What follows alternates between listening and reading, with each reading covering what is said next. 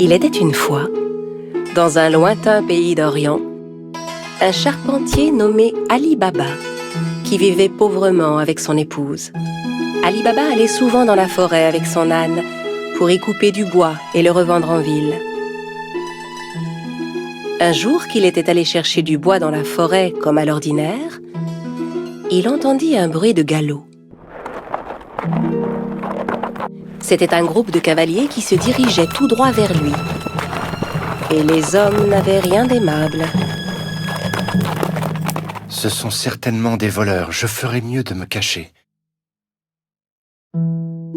Ali Baba cacha son âne derrière les buissons et grimpa à un arbre. Les hommes arrivèrent et s'arrêtèrent juste sous l'arbre. Ali Baba les compta.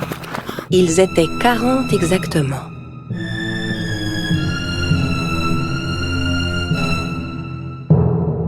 Les hommes déchargèrent les lourds sacs que portaient leurs chevaux. Et Ali Baba comprit alors que ces hommes étaient bien des voleurs. Le chef de la bande se dirigea vers un énorme rocher devant lequel il se mit à crier. Sésame, ouvre-toi! Soudain, il se passa une chose incroyable. Le gros rocher glissa sur le côté comme une porte coulissante, laissant apparaître une grotte. Les voleurs entrèrent un par un en portant leurs gros sacs. Quand le dernier fut entré, la porte se referma automatiquement. Ali Baba était médusé par ce qu'il voyait. Au bout de quelques instants, le rocher s'ouvrit à nouveau et les voleurs ressortirent de la grotte. Quand le dernier fut dehors, le chef se tourna vers la porte et ordonna « Sésame, ferme-toi !» Le gros rocher se referma aussitôt et les cavaliers se remirent en selle et s'éloignèrent. Ali Baba descendit de son arbre et s'approcha à son tour du rocher. Il lança les mots qu'il avait entendus. Sésame, ouvre-toi! La porte s'ouvrit dans un grand bruit. Ali Baba entra d'un pas hésitant. Il fut ébloui de ce qu'il vit. La grotte était remplie d'or, d'argent, d'étoffes rares, de diamants et de pierres précieuses. Il regarda autour de lui, ramassa 3 sacs et sortit de la grotte. Puis il se retourna vers le rocher et lui adressa les mêmes mots que le chef des voleurs. Sésame, ferme-toi! Il chargea les sacs sur le dos de son âne et rentra chez lui. Arrivé à la maison, il montra les sacs à sa femme. Elle n'en croyait pas ses yeux et pensa qu'Ali Baba avait volé les sacs. « Où as-tu trouvé tout cet or ?» Ali Baba lui raconta alors tout ce qui s'était passé. Elle était si heureuse. Ils se mirent ensemble à vider les sacs. « Aide-moi à compter ça.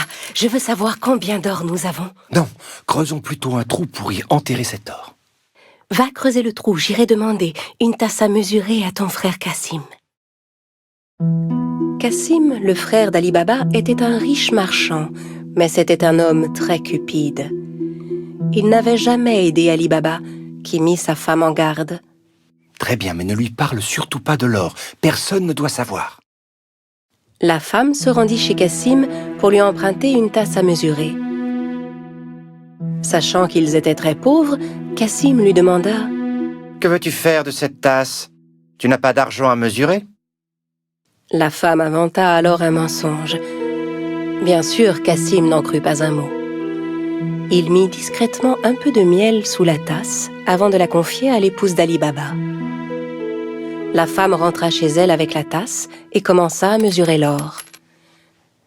Puis, quand ils eurent compté tout leur or, Ali Baba alla l'enterrer dans un grand trou. Quand tout l'or fut bien enterré, la femme d'Ali Baba rapporta la tasse chez son beau-frère. Elle n'avait pas remarqué que de l'or était resté collé sous la tasse. Quand Cassim reprit la tasse, il vérifia aussitôt dessous. En voyant que de l'or y était collé, il fut stupéfait.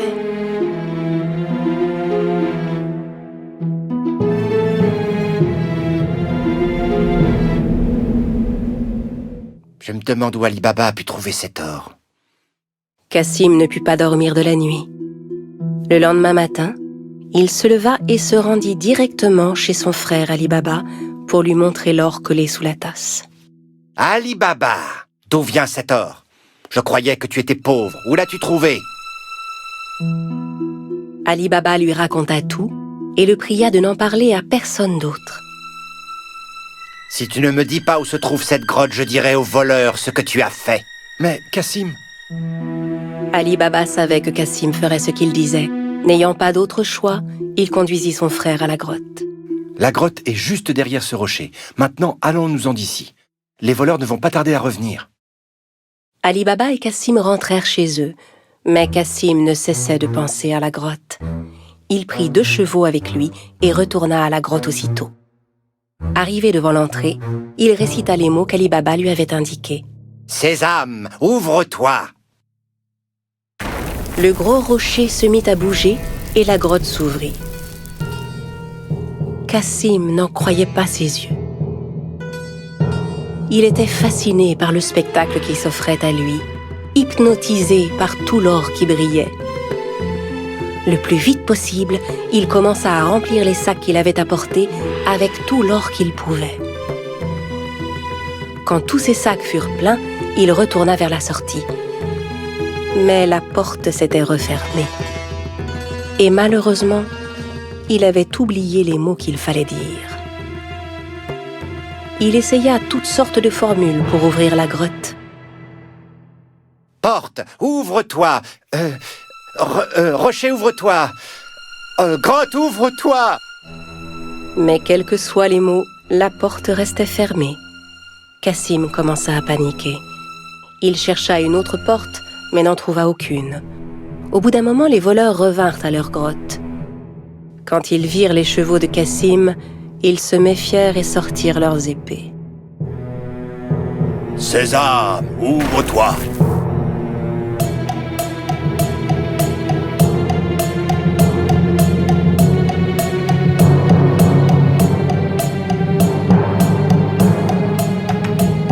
En entrant dans la grotte, les voleurs s'emparèrent de Cassim et le punirent sur le champ. « Alors c'est donc lui le voleur qui nous a volé notre or » À la nuit tombée, ne voyant pas revenir Cassim, sa femme commença à s'inquiéter. Elle courut chez Ali Baba pour lui demander son aide. Ali Baba aussi était inquiet pour son frère. Il retourna à la grotte et vit les 2 chevaux qui attendaient devant la porte. Il comprit alors que son frère était à l'intérieur et qu'il s'était fait tuer par les voleurs. Il retourna voir sa belle-sœur et lui raconta tout. Ensemble, ils décidèrent de n'en parler à personne. Au bout de quelque temps, Ali Baba et son épouse vinrent s'installer dans la maison de Cassim. Ils s'occupaient de son commerce et aidaient à le faire prospérer. Leur fortune ne cessait de croître. Dans le même temps, le chef des voleurs se rendait compte que l'or caché dans sa grotte ne cessait de diminuer de jour en jour. Il ordonna donc à l'un de ses hommes de vérifier s'il ne voyait rien de suspect. « Va en ville, cherche s'il n'y a pas quelqu'un qui serait devenu soudainement riche et dépensier. Depuis quelque temps... » En se promenant dans les rues du marché, l'homme vit Ali Baba qui payait ses achats avec de l'or. Il le suivit jusque chez lui. Quand Ali Baba entra dans la maison, le voleur marqua sa porte. À la nuit tombée, la femme de Cassim sortit pour donner de l'eau fraîche aux animaux.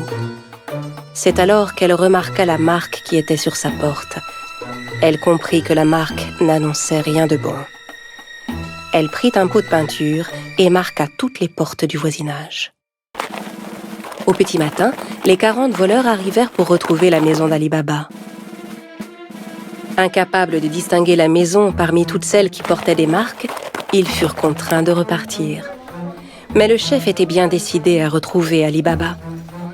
Il se déguisa et alla rôder du côté du marché. Il finit par retrouver Ali Baba et le suivit jusque chez lui. Quand il frappa à la porte, Ali Baba vint lui ouvrir. « J'ai fait un long voyage. J'ai rapporté des jarres d'huile d'olive. On dit que vous êtes le marchand le plus riche de la région. Peut-être voudriez-vous en acheter ?» Ali Baba invita le chef des voleurs à venir dîner le soir même, pensant avoir affaire à un marchand. Le voleur apporta avec lui 40 jarres d'huile d'olive chez Ali Baba. Ali Baba avait demandé à ses servants de préparer un bon dîner pour son hôte. Ali Baba proposa à son invité de passer la nuit chez lui, ce que, bien sûr, il accepta sans hésiter. Tandis qu'Ali Baba et le voleur étaient attablés pour dîner, la femme de Cassim voulut s'approcher des jarres d'huile d'olive pour voir. C'est alors qu'elle entendit des bruits étranges. « On sort maintenant ?»« Non, pas encore. » En entendant que c'étaient les voleurs qui étaient dans les jarres et non pas l'huile, elle comprit que c'était un piège. Elle alla aussitôt à la cuisine pour faire bouillir de l'huile. Puis elle revint verser de l'huile bouillante dans chacune des jarres. Les voleurs ébouillantés s'efforçaient de garder le silence.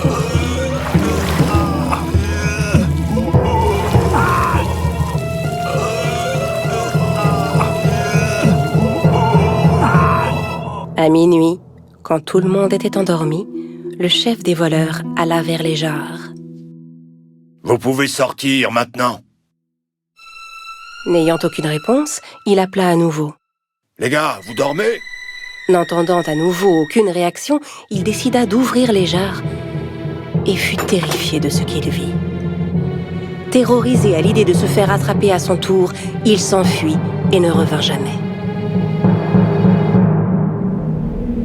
Le lendemain matin, la femme de Cassim raconta à Ali Baba ce qui s'était passé. Cette fois, il savait qu'il n'aurait plus jamais à s'inquiéter des voleurs.